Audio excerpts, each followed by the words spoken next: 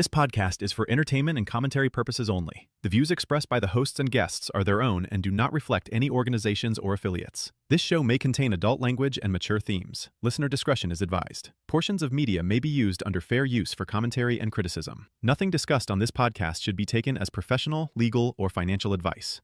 It's JM and Diggs, two kids that never quit. From the ring to the booth, yeah, they still talk their shit. Hey! Thursdays on your feet, they're the ones you don't skip.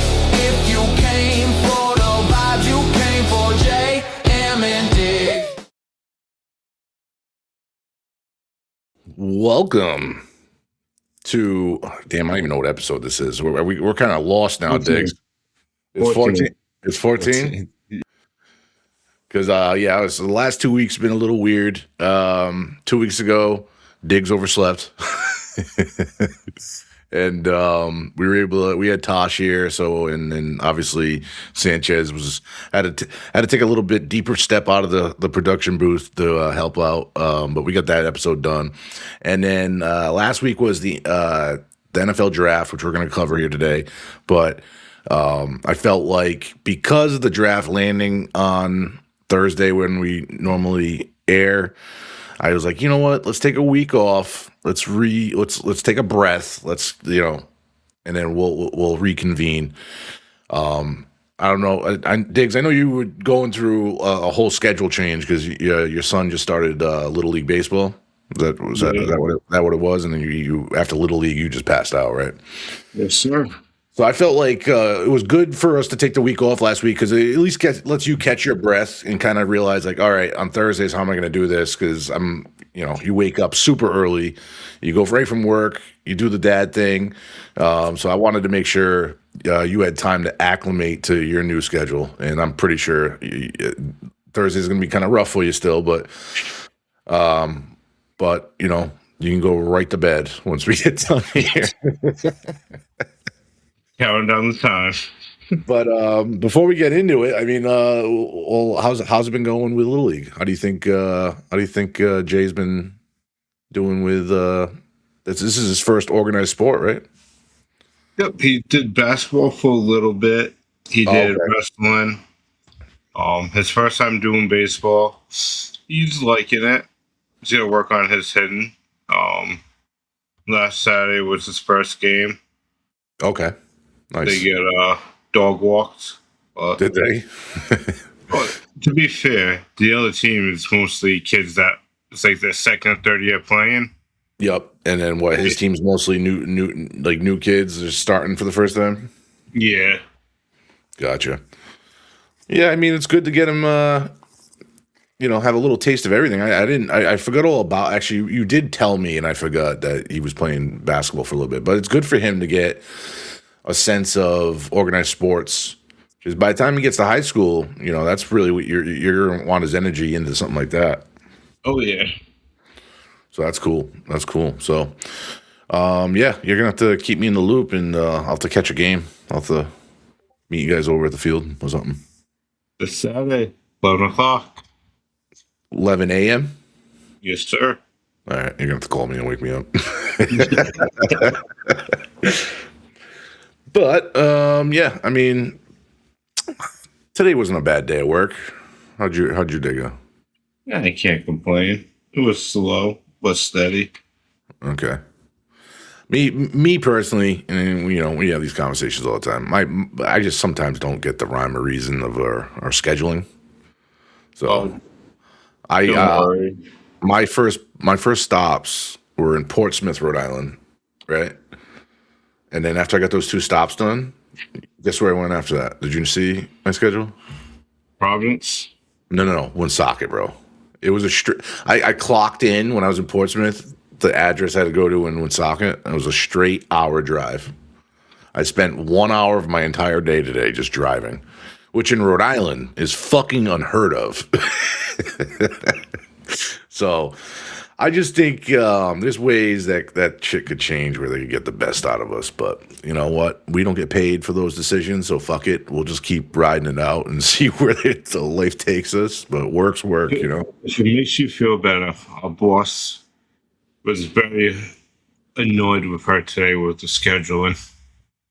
I'm sure, because I had to call him twice about wrong addresses. I got sent to a school, and it was the completely wrong school. I got sent to a Portsmouth elementary school to do a repair for a student's stroller. And I get there, and they're like, "That student doesn't go here." And and then luckily the person was really nice that worked there, the secretary.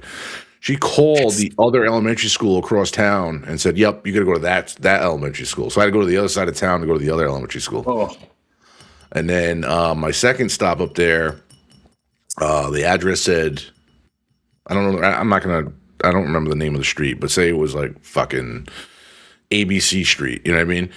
It was like on my paperwork, it said 40 ABC Street. I get there. 40 ABC Street did not exist, bro. It was 40. I had to call our boss, and I was like, dude, this address don't exist. I think I've been here before, but all these houses looked exactly the same because it's like one of those new development neighborhoods. yeah. So that everything's cookie cutter. Yeah, everything looks identical. Every fucking address looks identical. So I'm like, dude, I've been here before, but it was a while ago. They all look the same to me. I could have been at this one or I could have been at this one. And then, so it wasn't 40, it was 48. Like, we're 8 digits off here. I'm like, what the fuck we doing? Yeah, so that happened. And then I had another situation, which was weird. I had to evaluate a chair. I get there, guy's not home. I call him, and he's like, "Oh, bro, when you guys told me how long it was going to take you guys to get out here, I paid a guy $100 to fix it, and I'm good." So he just admitted to me that he hired another person to fix his chair that wasn't us. And I don't know. I didn't know how to handle that. I just called the office and said, "Yeah, you guys figure that out." He had somebody else touch the chair that wasn't us. So good luck with that going forward. So our boss was asked if any notes should be put in. He goes, "Nope." Wait, say that again?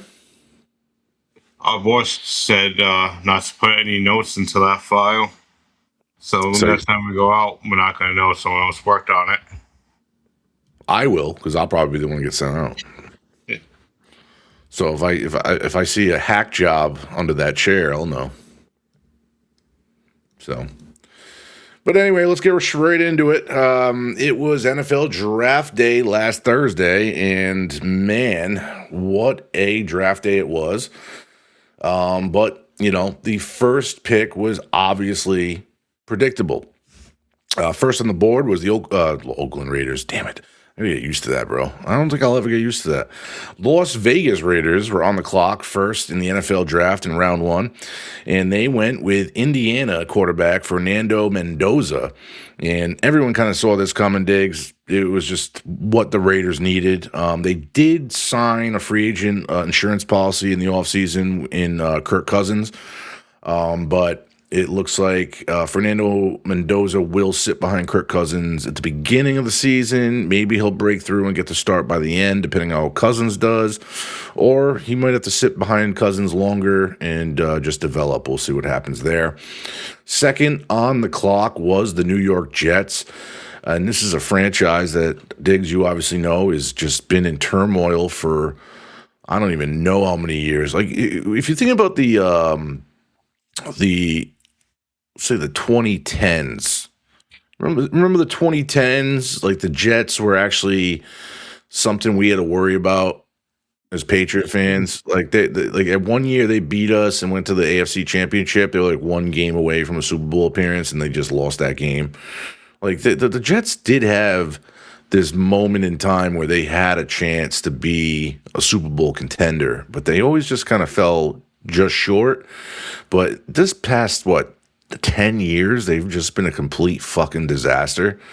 So this pick, they needed a hit on it, and I knew they were going to pick an edge rusher because the edge rushers in this draft were very, very deep.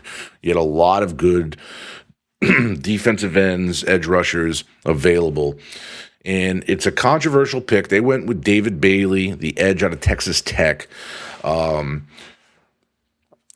certain sources, it was graded as a C minus pick by the Jets. the worst grade in the first round. So interesting, but there's a D. Vikings. Did it? Oh, I didn't see that. Okay, I'm sorry. You're right. I did not see that grade. We'll get to there though. That's later down. But anyway, there was a bunch of other edge rushers that were taken in this round, and I thought they should have went with Arvell Reese. That's who I thought they should have took, because Ohio State is always known for pumping out great players, especially defense. So a little shocked at that. But next pick was the Cardinals, Arizona Cardinals. They took Jeremiah Love, running back out of Notre Dame, which shocked the world, because taking a running back that early in the draft nowadays, it's crazy, bro. The way the scale of pay goes when you draft these players, the earlier you draft them, the more money they're going to make, right? That's why these players get devastated when they fall. If you have a projected number 1 overall pick and he falls to late first round, second round, or further, he went from making easy millions right out of the gate to making a lot less. It falls quickly because everyone's team is got a different need. So if, depending on your position, if you were hoping you were going to hit 1 or 2 landing spots, you get passed on by each of those landing spots. Now you got to wait for the whole cycle of rounds to go again before you have another opportunity to get signed, unless one of these teams trades back up into that round to pick you. So yeah, it's crazy. After that, the 4th overall pick in the NFL draft this year was the Tennessee Titans, who took Carnell Tate, wide receiver out of Ohio State. I didn't think he was the best. He was definitely one of the best wide receivers in this draft. I didn't think he was the one that should have went first. I thought that should have went to Jordan Tyson, but I guess the Titans really like Tate, so we'll see where that takes them. That was a B grade of a pick for them. 5th is the young New York Giants, and they took Arvell Reese. And I already stated, I thought he was the better edge rusher in this draft, and I think the Giants got a fucking steal to get him at 5. That was crazy. A plus grade, obviously, for that pick to fall into your lap like that. I believe the Kansas City Chiefs traded up to 6, and then they took Manzor Delaney, the cornerback out of LSU, B minus grade on the pick, but I think it really just was because they traded up for need and not best available. I think when you get best available, the grade, that's what really determines if your grade's going to go higher or not. Next on the list was the Washington Commanders at 7. They took Sonny Styles, the linebacker out of Ohio State. So right here in the first 7 picks, you have 3 players from Ohio State drafted. That was an A grade pick by the Commanders. Definitely filling up a good linebacker core with a good player that's going to develop into hopefully a great player for them. 8 was the New Orleans Saints. They got Jordan Tyson, wide receiver out of Arizona State, B plus grade, and with the combination of a Chris Olave already on their receiving core, I think this will be a great addition. We'll see how that translates to the regular season. 9 was the Cleveland Browns, and they filled a huge need by drafting Spencer Fano from Utah, offensive lineman. A plus grade for them. It was exactly what they needed at the right time, and they took it. They did not try to get too fancy, and they've done that over the years. They took players that they thought they needed, and they end up being busts because they weren't really focusing on best available plus need. Best available should be always first with need underneath. If you can find both, that's how you get an A plus grade right there. The New York Giants drafted again at 10. I believe they traded up to get back in the position to take Francis Mulago, offensive tackle from Miami. That was a great pick, A minus grade. Followed by the Dallas Cowboys, who took Caleb Downs, safety from Ohio State, another Ohio State boy off the board. Great pick by the Cowboys. I don't know if it's really going to turn around their entire team. secondary players really can't single-handedly do that for you. I think they got a lot of other things that they had to address in this draft. We will see if they did that, but still solid pick for them in the first round. The Miami Dolphins took Caden Proctor, offensive tackle from Alabama. Solid A+ pick right there. And then the Los Angeles Rams, I believe, traded up into the 13th slot to take Ty Simpson, quarterback out of Alabama, A grade. Most controversial trade and pick in the first round, I believe. No one saw the LA Rams taking Ty Simpson that early. They didn't see anyone. I don't think they've seen anyone taking Ty Simpson that early, but they must have had some sort of information that a team was going to take him, because I don't think you'd get that aggressive and trade up that high to grab a quarterback when this was really not a quarterback-driven draft. Like, we all knew Fernando Mendoza was going to go first overall, but yeah, Ty Simpson going that high, really a shocker, but still ranked at A grade. But I just think it's because his development possibilities is endless. We'll see who he becomes. But yeah, it was a great pick. After that, it was the Baltimore Ravens taking. I can't never get this guy's first name. So that's Oli Vega, but I'm seeing like some reporters like shorten his name just to Vega. Vega Lone. Yep. Or is that Lone A? I think it's Lone. I don't know what the G. He does have a G in his name. I don't know if there's a separate pronunciation for that though. But I've been seeing people have been calling him Vega for short. Okay. It's Vega. Well, it's still a solid pick for the Ravens. It's offensive lineman. I think he's probably going to – the G might stand for guard, dude. It might not even be his name. Guard would be his position, I'm pretty sure. He's not going to be a center. Oh, shit, that's right. So G might actually stand for offensive guard, depending on if he's on the left or right side. I don't really actually know. I thought it was an interesting pick, but it did help Ravens with a need of theirs. They definitely need to protect their quarterback. So, but yeah, so Vega Lone out of Penn State, and that was an A grade for the Ravens. And then, wait, did I just skip something here? Hold on. No, I didn't. Okay. The Tampa Bay Bucks were next at 15. Reuben Bain Jr., edge rusher out of Miami. I thought he was going to go a lot higher. Bain, I thought, could have been in the top 10, and the fact that he fell to the mid-round was kind of crazy to me, but still, solid pick for the Buccaneers, A+ grade, get the best available when you can get him. I think Bain Jr. is going to be a menace for quarterbacks in the next few years. It's going to be crazy.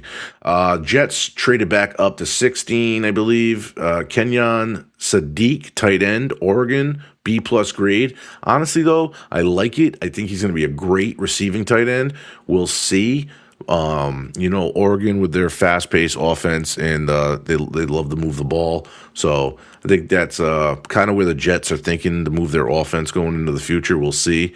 But I think that's actually a good pickup for the Jets. I love how they got aggressive in this draft, too. The Jets really need to. They needed to come out and show some balls, and they needed to get some talent quickly. So moving on to 17, the Detroit Lions took Blake Miller, offensive tackle from Clemson. I don't know. I don't know enough about him. Overall grade on the pick was C. We'll even have to see if how he does. But like you brought up earlier, at 18, the Minnesota Vikings, Caleb Banks, defensive tackle from Florida, D grade for the Vikings. The absolute worst grade in that first round. Obviously, these grades are subjective, and you can argue that he's going to be a better player than he really is. Well, it's all about development, right? Nothing's a sure thing with any of these rookies. Some of them that, we might get players in the 7th round that were picked. They'll become stars, where some of these guys might not last in the league for the next 3 years. So we'll see how that all pans out, obviously. At 19, the Carolina Panthers took Monroe Feeling, offensive tackle out of Georgia, B+ grade. followed by the Eagles, who took Mekhi Lemming, wide receiver out of my favorite college team, University of Southern Cal, the Trojans, and they gave him an A, and that is who I'm going to be keeping my eye on. And also important about that pick, right there with the Philadelphia Eagles, Diggs, that pick might mean that A.J. Brown is coming up to New England and becoming a Patriot by June. What do you think of that? Hopefully. We'll get a A.J. Brown, Mike Vrabel reunion up here in New England. That'll be really cool. And then that's a big body target for Drake. So we'll see how that goes. But yeah, I'm hoping they picked him for A.J. Brown's replacement. That's what I'm hoping. That's what I'm hoping how that happens. That's if Vrabel's still there. Oh my God! You gonna jump on this bandwagon that he's gonna get fired or something because of he cheated on his wife and got caught? Like, who the fuck gives a fuck, bro? Like I said before, they get paid to play with balls. I don't give a fuck what they do on their personal life. As long as he's making the team win, that's all that matters. First off, you want to talk about balls? It would take a lot of balls out of Robert Kraft to fire a coach that got you into the Super Bowl in his first year of coaching, okay? After the disaster 3 years we just had before him, this guy, you hire him, he gets us to the Super Bowl in the first year he's there. Yeah, we didn't win it, but we got there. That was crazy. No one expected all that matters. We got there. No one expected us to be there, bro. That young of a team to get to the Super Bowl like that was fucking unheard of. I've never seen it in my lifetime. I've never seen a team that young get to the Super Bowl in my lifetime. That's saying a lot. So, like, when we first won a Super Bowl in New England, that first Bill Belichick team in 2001, or I think it was his second team, but whatever, that was all, like, free agents, dude. Belichick, like, just signed a shitload of free agents. That's what really got us there. There was the core players that were still, that were there from the Parcells era, but everyone else was like, a lot of free agents were added to that team, bro. So, I don't know. For me, that was incredible. So, yeah, for the whole Mike Vrabel thing, bro, it's like, yeah, all right, it's bad, it's dirty, it doesn't look attractive when you look at the team. Because, you know, the Patriots have had controversy after controversy for fucking, like, the last 30 years. And it just adds, right? Yeah, okay. You want to go through them? We got the Robert Kraft rub and tug in Florida that he got fucking in trouble for. Before Bill Belichick got let go as coach, when the whole exposure of his new girlfriend was someone captured a picture of his Ring camera from their Ring camera of Belichick outside of her house with no shirt on. Then we got, like, all the other bullshit that people, like, you know, we got the deflated football shit, the Spygate shit, the Aaron Hernandez shit. Like, I just think at this point, because of I don't know if that really falls on us, though, because that was like, we in that situation we did the right thing. We kept him for the year, but we actually, I think the team actually knew more than anyone else knew about the situation, and I think that's why they let him go. Because since we've released him, you know, his situation in court's getting a lot worse, right? Has it? Yeah, there's like, he had a court date coming up soon. Well, supposedly there's like something else going on with some evidence. So he's like kind of fucked right now, I think. I heard that like some more evidence got like brought to light, and that situation's getting a little worse. So I think the Patriots just said, hey, we got this investment for the year. We're going to ride it out. But depending on this year goes, you know, we'll let them go after the year. And, you know, I don't even think the front office knew we were going to make the Super Bowl. So they just didn't know they were going to have to plead to the court on his behalf. Like, can we push the court date back so he can play in the Super Bowl? Like, you know. So that's kind of how that all went down. But I don't know. But yeah, I mean, with the Mike Vrabel situation, and it's been all over the internet and all over the sports news media outlets, it just seems like to me it's like another way to poke the Patriots. Like, and we just got to a height, so it's like we got to knock them back down because we can't have them. Yeah. We can't have them winning again. That can't happen. So hopefully the team rallies, turns the negative into a positive. But all right, left off with the Eagles. So going to pick 21 of the first round, the Pittsburgh Steelers took. Let's see if you pronounce this for me, because Mike Ihanakor. Yeah, Mike in. I can't wait to see that on the back of a fucking Steelers jersey. Offensive tackle out of Arizona State, shoring up some offensive line there. But I still don't even know. Did they I'm gonna have to look this up real quick. Did they ever even get official word that Aaron Rodgers is coming back? I don't think so. Let me see this shit. As of late April 2026, the Pittsburgh Steelers are actively pursuing a return for Aaron Rodgers. Okay, so they don't even know yet. So they're shoring up their offensive line. They don't even know if Aaron Rodgers is going to be their quarterback. Also, it's kind of controversial too, because like the new head coach of the Steelers is the head coach that Aaron Rodgers won a Super Bowl with in Green Bay. So this is going to be a reunion. So it's kind of crazy. I don't know if that means anything, because that team, that Green Bay team that won the Super Bowl in 2010, that was a stacked ass team. But we'll see what happens. But it's a sentimental value. That's all that matters. It's just like, hey, we've done it before. Can we do it when you're fucking 65 years old?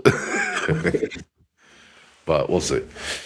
Anyway, the LA Chargers were 22 in the first round, pick 22, and they took Akeem Mesidor, edge rusher from Miami, B+ grade.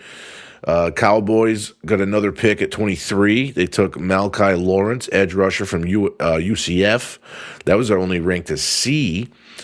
The Cleveland Browns picked again at 24, and they took Casey Concepcion. Is that pronounced right? I don't know. Wide receiver from Texas A&M, A+ grade though, because he's got some crazy talent. I think he'll develop really nicely. I just don't know who the fuck's going to throw him the ball, you know what I'm saying? But anyway, 25, the Bears, Chicago Bears, the Bears took Dylan Thinnaman, safety, Oregon, B grade for that pick. At 26, the Houston Texans took Kalen Rutledge, offensive lineman from Georgia Tech, an A- grade. 27th was the Miami Dolphins again, who took Chris Johnson, cornerback out of San Diego State, A grade. And then at 28 was the New England Patriots, who traded up to get Caleb Lamu, offensive tackle, Utah, A+ grade. So since it's our team, Diggs, we're going to stop at that pick right there. What do you think about 2 straight years in a row the New England Patriots took an offensive tackle for their first round pick? And obviously Campbell last year was a way higher pick, because we were in the top, what was our pick last year? We were top 3, I believe. Can't remember. I think it was top 2. We were top 2, top 3. We picked Campbell very early. And, you know, I'm not going to lie. Campbell, he had some games that were good. But for the most part, Campbell got his ass kicked. Especially when we got to the postseason, Campbell got exposed. I'm wondering, is this supposed to be the offensive tackle that's going to be playing opposite side of Campbell? Or is this potentially the guy taking over Campbell's spot? That could, if Campbell don't work out, this guy could take his job. So that's going to be interesting to see going forward with that, how the offensive line pans out this year for the Patriots, because the offensive line was a big issue for the Patriots. That got exposed in the Super Bowl and throughout the playoffs. So the fact we made it as far as we did with a paper mache offensive line like we have, I think it was proof that our defense was like a standout defense, but they couldn't do it every single game. All right, moving on to pick 29, the Kansas City Chiefs selected Peter Woods, defensive tackle, Clemson, A+ grade.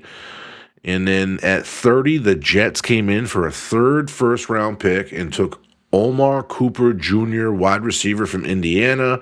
He was the one catching balls from Fernando Mendoza, who was the first overall pick in this draft. And he got an A+. The Jets got an A+ grade for that pick. Omar Cooper Jr.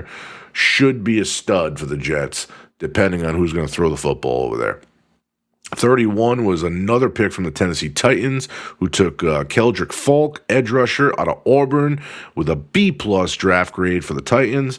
And then to wrap out the round, the Super Bowl champions at 32 took Jadarin Prince, running back, Notre Dame, B- grade, but we obviously know why that pick happened. It was to replace the Super Bowl MVP, Kenneth Walker III, who is now a Kansas City Chief.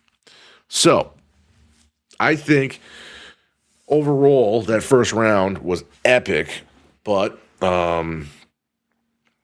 the grades overall, which link is it? Is it the CBS link? Yeah, actually, if you scroll down in the article, I have all the grades written down there for you. Oh, okay, here we go. Got you. Thank you. So here are all the grades overall. So not just round one and their individual pick grades. This is the grades for their overall drafts, starting by best to last. So number one, and honestly, it's more of like a four-way tie, but we'll go in the order of this list. The Cleveland Browns were graded an A+ for their overall drafting this year. Kansas City Chiefs were A+ as well, which is pretty common for Andy Reid. The Las Vegas Raiders got an A+, which is awesome for them, and also the New York Jets got an A+, which is awesome for them.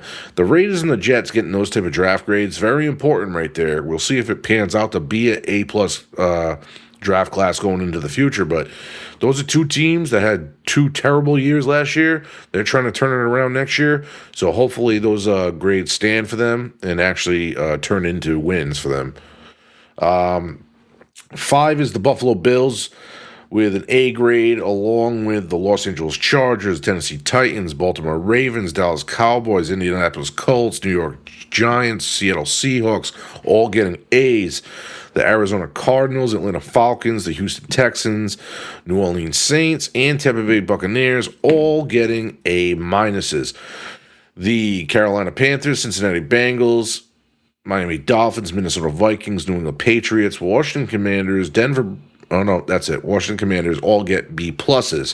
Denver Broncos, Detroit Lions, Green Bay Packers, and the Philadelphia Eagles will all get in B grades for their draft class. And then the Chicago Bears and San Francisco 49ers got B- for their draft class. And then to wrap it all up, Pittsburgh Steelers, Los Angeles Rams get C+. The Jacksonville Jaguars got the worst overall grade with a C- of their draft class. So, awesome week for the NFL. I always personally enjoy the draft because, especially the first round, it gets very interesting very quickly. Usually the first few picks are very predictable, but I love when you get a little deeper into it and then like teams start trading up and jumping over each other to try to get guys, and it's pretty cool. That's what had the most draft picks first round, right? In the first round, yeah, they had 3 picks in the first round alone. Yep. But overall, from rounds 1 to 7, they got an A+ grade for all their picks.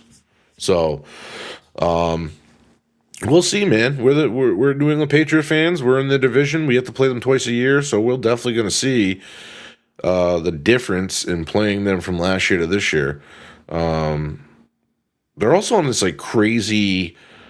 The Jets are on this crazy like no interception streak. Like they haven't got an interception in like a crazy amount of games. I can't remember off the top of my head, but it's been like well over well over I don't want to say 2 seasons, but it's a lot of games they haven't got an interception. So defense is probably really important for them. Secondary players, like when's the last time they have caught an interception is the question. Can't find it. Let me see. Everything's giving you metaphors. Let me see if I can find it. I can imagine. January 5th, 2025.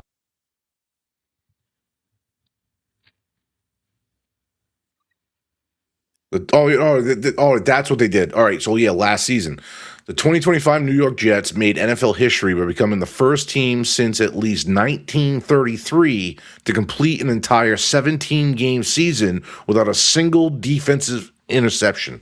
They didn't get one interception all year last year. Think about that.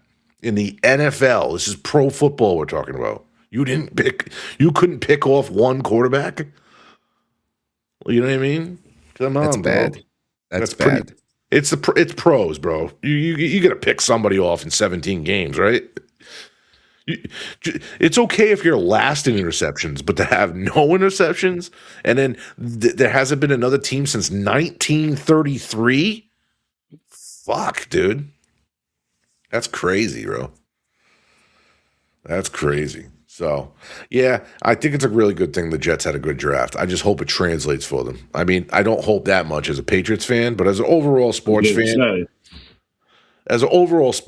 though, like win some games, bro. Just do a little better. Like I don't know. I feel bad for Jets fans. I feel bad because your owner sucks. Your owner.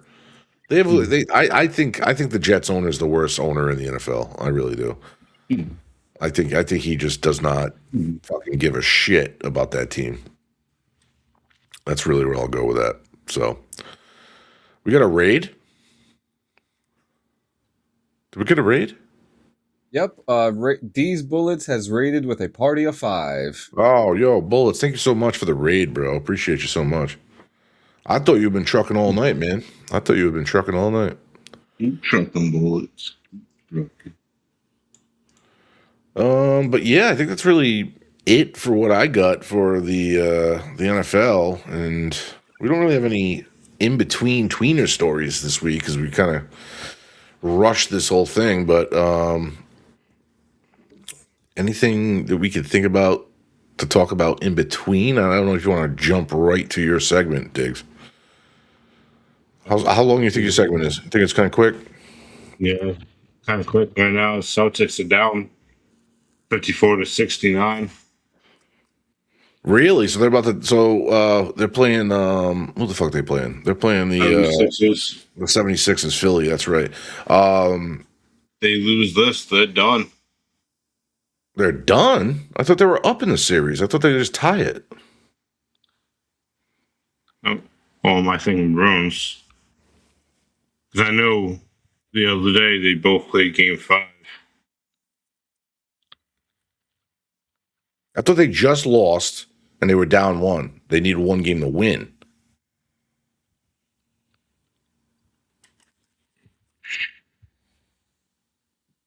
They'll 3-2. If Philly wins tonight, they tie the series 3-3. So this must be game 6. So Philly's trying to force a game 7. That's where we're at. They're in the third quarter though, so I don't know. The threes are probably dude. They only scored 8 in the third. The third's got seven minutes left. I don't know. We'll see where it is. Isn't that why Tasha's not here tonight? Isn't he watching the Knicks game? What's the Knicks doing? All I know is he said he was going out. I think isn't he there? I thought he said he was going to the game. 2:20. I did not hear him say that, but you might be right. I don't know. Dude, the Knicks are beating the shit out of the Atlanta Hawks right now. 136-84. 2 minutes and 26 seconds left on the clock. Yeah, the Knicks win this, they move on. That's crazy, bro. Honestly, I want to see the NBA playoff bracket.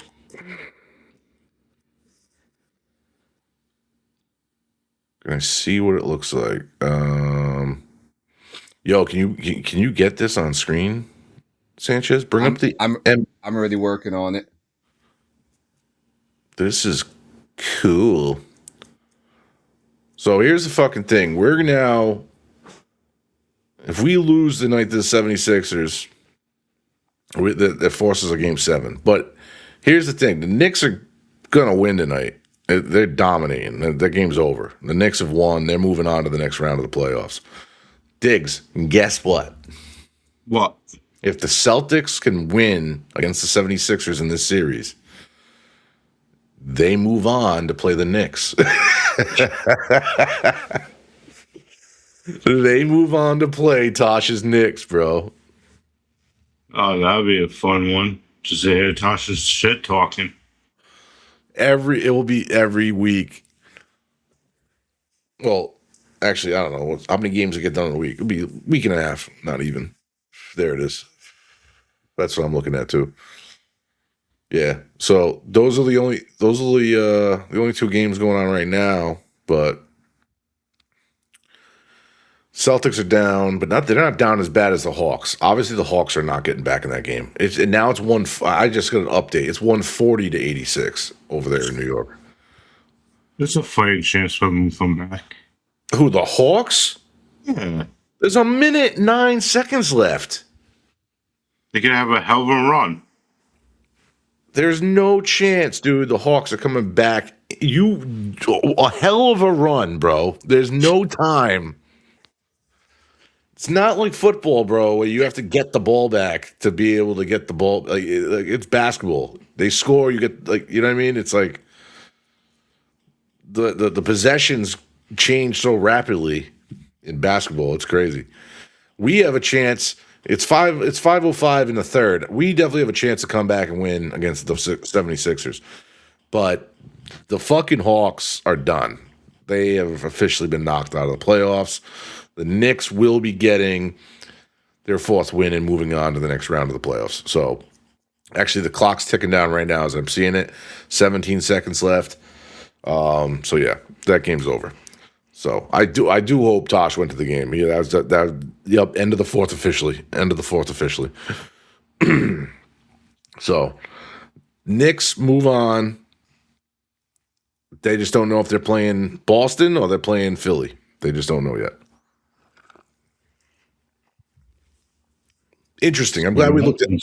I'm glad we talked about this because now we know. Which is cool because they're both bordering rival towns too. Yeah. Oh yeah, New York and Boston hate each other no matter what sport it is. No matter what sport it is, bro. You got the Patriots-Giants rivalry and the Patriots-Jets rivalry in the NFL. You got the Boston Red Sox, New York Yankee legendary rivalry. Boston Celtics and the Knicks have always been a heavy rivalry especially back in the old days. And then even the fucking Bruins and the Islanders, bro. And even the Rangers too. And the Rangers too, yep. So yeah, man. I think New York always has that kind of advantage on Boston because like they're a two team market. You know what I mean? Yeah. Like think about that. In every sport, they got 2 teams to that market because that market's so deep. Where Boston's just Boston. Like they got their Boston teams and they got New England Patriots and they got one team for every sport. But yeah, anytime a New York team plays a Boston team, there's heat involved from the fan aspect to the field aspect. There's heat involved. So. And it was the Bruins I was thinking of, not the Celtics. That if they lose, they're out. So, why don't we just look that up real quick? Where's the Bruins? 3-2. So they're in the playoff bracket right now too, right? Yes. So let's go to the Game 6 tomorrow. NHL playoff bracket. So right now, the Stars and Wild are playing tied in the third period. Start of the third period. So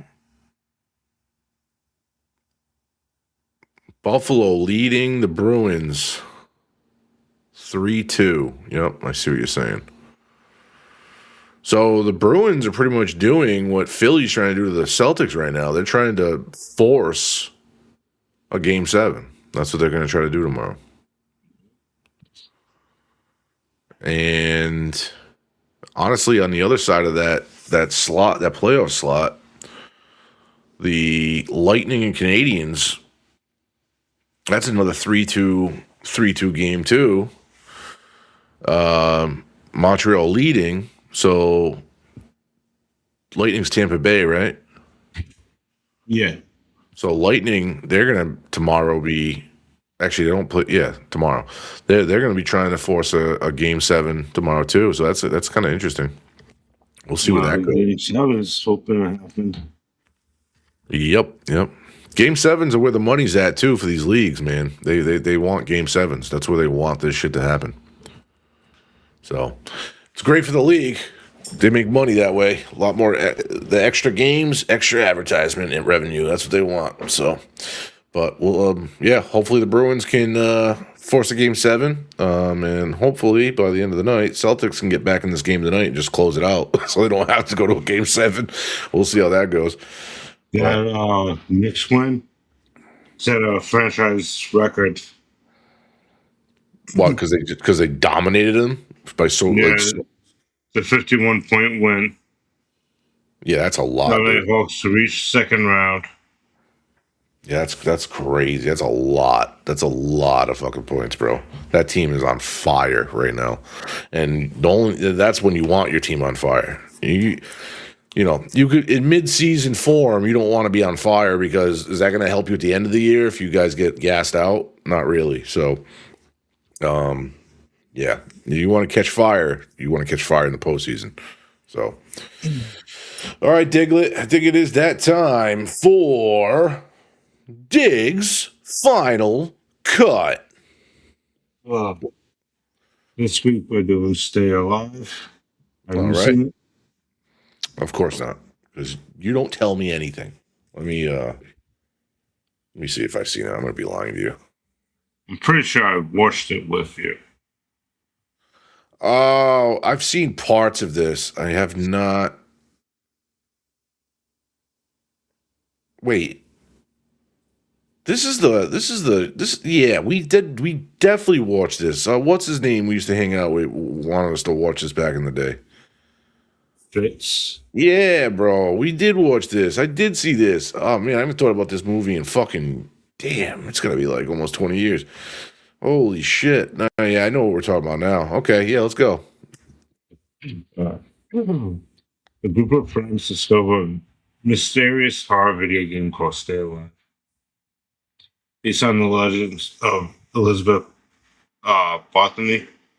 When they stop playing, they quickly realize something terrifying. If you die in the game, you die the same way in real life. As they dig deeper, they uncover a connection between the game and the real legend. One by one, players are killed in a brutal game-inspired ways. The survivors must figure out how to beat the game and break the curse before they're next. Yep, okay. Yeah, I remember this. I do remember this. I only watched it once, and I remember it was back then. We were all, game freaks. But when this movie dropped, we were like, "Yo, this would be cool if it was a real game." I remember that's what Fitz said back in the day. He wanted it to be a real game, like make a game over the movie. And I remember busting his bubble. I'm like, "Yeah, they don't make straight to DVD." Movies, video games, bro. Usually it's the other way around. Video games get made into straight to DVD movies. That's usually how it goes. Yeah. But this is kind of cool though. With Kill or Keep, die in the game, die in real life concept, keep or kill. Keep. I like the concept. And this movie could have been fleshed out a little bit better. But I think it's an interesting concept. This dude in the backdrop too. What's this actor's name? And I can't remember what I've seen him in before. Has Danny DeVito in it. Always Sunny. That dude was in Always Sunny? He's Jimmy Simpson. Jimmy Simpson. I seen him in another fucking early 2000s, 90s flick. That was corny. He's in Dark Matter. He's in Unhinged, Westworld, Loser. Oh, Loser. That's it. Yep. Loser with the dude from American Pie. Actually, the dude and the chick were both from American Pie. I know it. Yeah, now I remember. Yeah, he was like the dickhead roommate that was roofing chicks. Like the problem with that movie was like they made that seem like that was okay. Movie. Yeah, Loser. I saw that movie a few times when I was younger, but yeah, it was weird. Like him and his roommates, they would like have parties and roofie chicks, and it was like the movie made it seem like it was normal and cool, and like I did not get that at all. But whatever. Anyway, back to Killer Keep. Video game plus horror crossover. Would you kill or keep? Keep it. Two of my favorite things mixed. Yeah, I agree with you there. I think that's a cool concept. I honestly think if someone could take this concept from this movie and make another attempt at it, but better, I think we can get a better movie out of it. That's my I'm surprised we haven't a movie like that. Right. This is like the only time I've seen a movie that even attempted it. So that's interesting. But anyway. Execution story depth. Kill or keep? Kill. It did not live up to its potential. Yeah, very true. Like, honestly, some of the ways they died in the game, they didn't really die like that in real life. So, be a little bit more creative. Like, I do want to know how they had one game, but 5 TVs and gamer setups hooked up at once. Yeah. Yep. No explanation there, right? Because obviously gamers know you need copies of the game to play together. So, yeah, that's a good point. Well, I just thought that popped into my head. Yeah, and even if you're doing a LAN party, it's not like one person can have a copy of the game and everyone else can just piggyback off that one copy. It's not how it works. Nope. So, especially in 2006. Yeah, I mean, dude, like, fuck, man, back a little earlier before that year, but we used to do fucking we used to do Halo LAN parties and Halo 1 LAN parties in my basement with the original Xbox. We used to hook up fucking 4 Xboxes, and literally we had like some days we had fucking 12 people over there, so 4 people on each system. And because we didn't want screen looking to be a problem, we'd literally have to put every team on one console so they couldn't like cheat. So yeah, I remember those days. Those are the days. Easier time. What did I just say? Which one was that? Execution and story depth? Yeah. So kills and visuals, would you kill or keep? I'll keep. There was some cool moments. Very inconsistent, but there were some good ones. Yeah, and that's like I said about the last thing. Like, no, the problem with the movie was inconsistency. Oh yeah. It's like they wanted to make a movie, but they didn't want to, fine tune it really. And then the final one you got here is rewatchability. Would you kill or keep? That's up for debate. I can see never watching this again and be perfectly fine. Well, a great example of this is I haven't watched it since we first watched it fucking almost 18 years ago. I don't know what made it pop into my head to watch it, but so when did you recently watch it? Just the other day? Last week. That's interesting. Yeah, man, I haven't even if you didn't like based off the name of the movie alone, I didn't remember what it was. You screenshots. Yeah, I literally had to like start hearing about it, and then like when Sanchez started throwing up imagery about it, I'm like, oh, okay, Now I'm understanding what movie this is. I did see this shit, but it was a very, very long time ago. Rewatchability, bro. I mean, I don't know. Like to watch a movie, I want it to be the rewatch a movie. I want it to be somewhat good or have something in it that's going to really make me want to see at least a scene, more than one scene again. This isn't even one of those movies nowadays where if you're on TikTok or Instagram Reels or YouTube Shorts, you won't even see clips of this shit showing up on your fucking feed, bro. Like it's that like dead of a movie from the days it came out. So yeah, rewatchability would just, for me personally, would just be straight kill. Like you watch it once, you understand the concept, and that's it. I did not need to see this movie again. See, I didn't mind rewatching again. I threw it up while I was working first thing in the morning. So yeah. But I didn't hate. I'm not sure what you're trying to edit. You're Okay, trying to edit. Siri. You're trying to edit something? Apparently. What was that? That was My Siri. phone. That was Siri. Trying to take my job? I didn't want you to find out this way. AI taking it.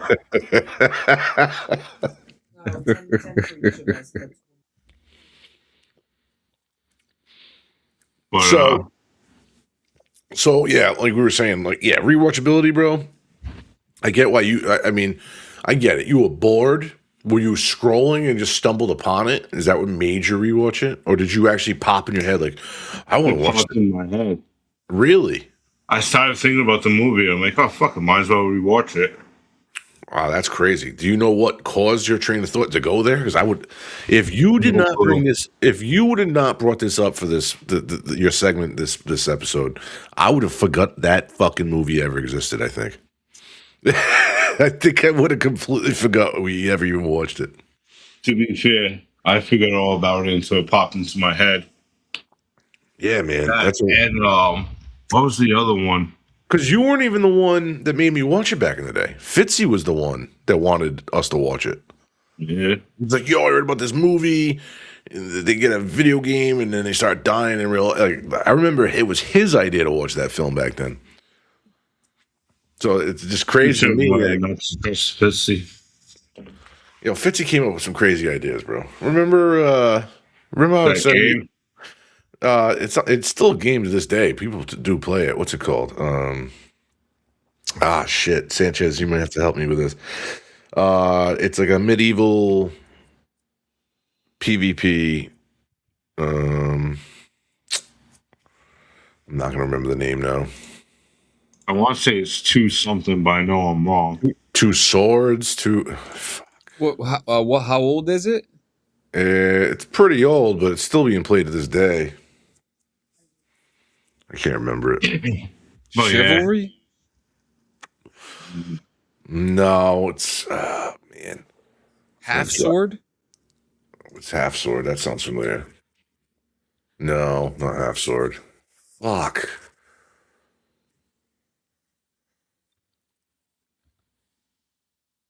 Damn, it's too many medieval games too. Do you remember? I just know the combat was like you could team with your boys and you're playing a balance of another team, but they got NPCs that also help. Yeah, and he was so hyped that it was gonna be the best game ever. Yeah, but it really wasn't. We all spent like the top money for the fucking. Well, not all of us, but I did. And I was like, dude, this game sucks. I hate it. Not the Ubisoft game, is it? It could be any game. I don't even remember, bro. I'm just trying to bring up a bad idea this kid came up with. That's really what I'm trying to bring up. I don't even know. Medieval game. Medieval times video game. PvP.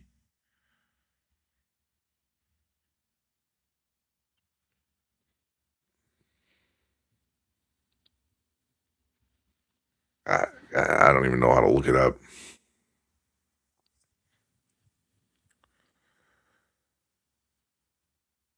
You know what's going to be fucking crazy, dude? We're going to end this stream, and then It's gonna pop into our head. We're gonna because it's on stores. It's still on PlayStation. It's on Xbox still. That's where we originally played it, right? Xbox. Yeah. It's definitely gonna be Two somewhere on. worlds. Two worlds. Two worlds, wasn't it? No, he just said that. I thought. No, I said two swords. This is an open world RPG, bro. The game I'm talking about, the game we're talking about, is not an open world RPG. It was just like level based combat. You had a team of players and a team of players, and each team had NPCs, and it was just like a big war zone. It was just like a multiplayer thing. Enclave? Nah, that don't even sound familiar. Enclave. Was it third person or first person? Third person.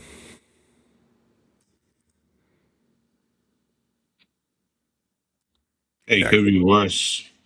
I can't think of it. It's gonna piss me off to go because I know we're gonna South Park Snow Day. We're gonna figure it. No, this was worse than that, dude. Because I didn't spend that much on Snow Day. I spent way more on that fucking game. Yeah. I know what game you're talking about now that we're talking about it. I got it. It's fucking For Honor. I fucking said that. No, you did not. I said chivalry, For Honor.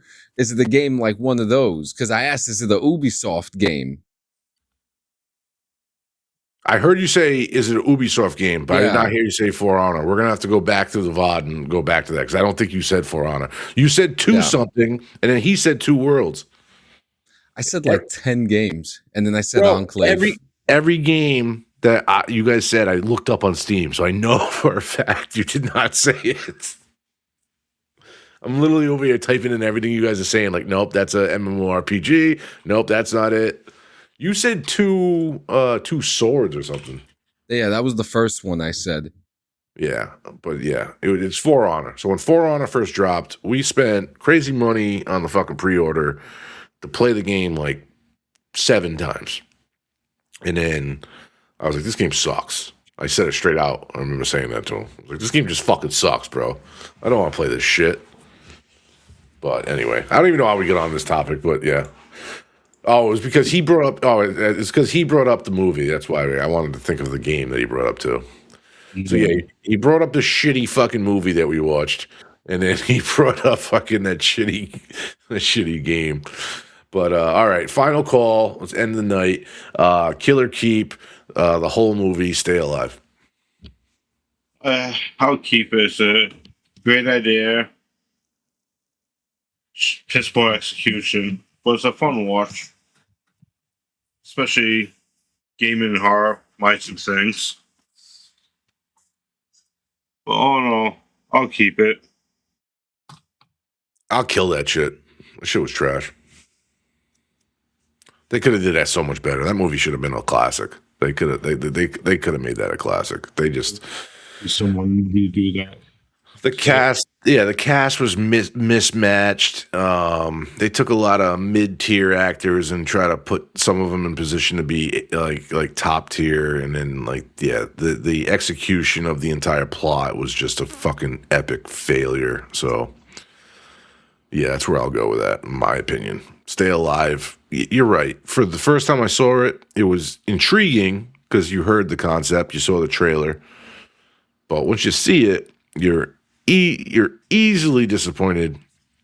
There's no going back from that. I think if someone takes the concept of it and redoes it and does it the right way, then you got an opportunity to make a good movie on your hands. Technically though, the most closest version of Stay Alive to today would be Jumanji though, right? Yeah. The new Jumanjis would be the closest iteration of what Stay Alive was. Even though it's a comedy, same concept though. Same concept though, yeah. Would you say Ready Player One also?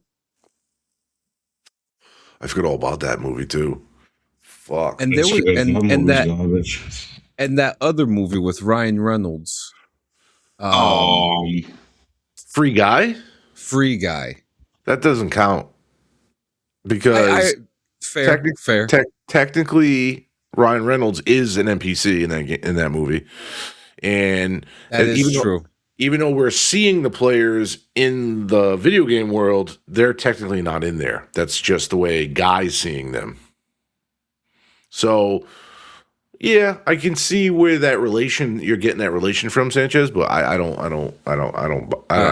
think it's the same. But I got one more for you. Okay. Wreck-It Ralph. I'll let Diggs What's a video game going into a video game? So I'm not gonna lie to you guys. I never watched Wreck-It Ralph. It's been a long time since I have. I don't know. There's only certain animated films that I'll actually take the time to watch now. Maybe it's a sign of me getting older. I don't know, but yeah, Wreck-It Ralph I skipped. I never watched it. They're both pretty good. I knew it was very popular when it came out, and I know a lot of people love it. So I don't hate on it. It's just I never watched it, so I can't give it a fair judgment. I knew it had a video game storyline to it, but I didn't. I never understood it because I never watched it. So unfortunately, yeah, I'm that old dude. I didn't see it. But POD. Yep. Anyone got anything else? No. All right. Well, I appreciate everybody that was tuning in. A big shout out to Gio, Toshio, and Bullets, Nails. Shout out to, I think that was everybody I can see on chat. And then obviously shout out to you guys for being here tonight. And thank you for another great podcast. Bullets, raid. Bullets, yeah. Shout out for Bullets for the raid. I appreciate you so much, brother. Thank you so much. I thought you were going to be going all night tonight, so I was actually shocked that you rated us. Thank you so much. But yeah, we'll be back next week. We'll see if Tasha is going to join us or not. But yeah, until then, you have a great week. Make sure you check out Morning Rips tomorrow morning, 10 a.m. right here in the Clean Sanchez Media YouTube channel, and also check them out on Clean Sanchez Media and Goblin Gaming on Twitch. We also got BRVG coming up Saturday at 7 p.m. And then you can also check out the boys at DD214 over on Monday nights, 7 p.m. Eastern Standard Time. And we will be back next Thursday at 9 p.m. Eastern Standard Time. I am the only JM, and this is at Diggs401, my boy Diggs. We will catch you next week. Later, homies. Two kids that never quit, from the ring to the booth, yeah, they still talk their shit. Hey! Thursdays on your feet, they're the ones you don't skip. If you came for the vibes, you came for J.M. and Dig. Diggs got reels, all the scares, all the gore, driving bloodbaths, late night lore, breaking down scenes, every scream, every twist. If it crawls from the dark, it's already on his list. Local buzz, from the block to the bay, talking hometown legends who still got something to say. From the bar stool stories to the front page hits, same crew, new view, same sarcasm and wit. Oh yeah, it's J.M. and Diggs, two kids that never quit. From the ring to the booth, yeah, they still talk their shit.